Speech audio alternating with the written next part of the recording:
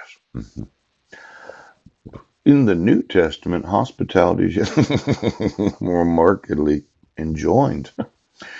And in the more civilized state of society which then prevailed, its exercise became more a social virtue than a necessity of the patriarchal life. Um, the Good Samaritan stands for all ages an example of Christian hospitality. The neglect of Christ is symbolized by inhospitality to our neighbors. Matthew 25:43. The apostles urged the church to follow after hospitality. Yes. Romans 12:13 and 1 Timothy 5:10 to remember Abraham's example. Oh, Hebrews 13:2 to use hospitality one to another without grudging. Yes.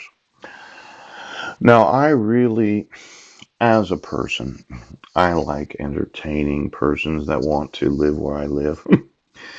And the thought was I would get numerous rooms so that I could invite you to have a conversation with me. Yeah.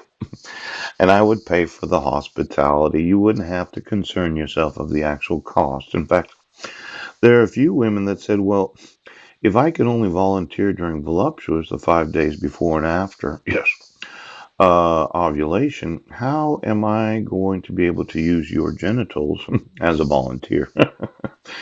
I thought, well, what if I paid, yes, to have you travel to where I'm at approximately 1 to 2 days, 48 hours after you're done menstruating? So you could volunteer to make some movies, yes, for biochip moms that thought, well, now look at that. There are women that would volunteer to travel more than once a month, quite possibly twice a month. Yes, that I would provide the hospitality of all those volunteers that realize the importance of just visiting for a day or two, and then they come back maybe 3 or 4 days later. Yep, stay for 11 days, and then they leave, and I don't see them for approximately 15 more days. That's right. That's right.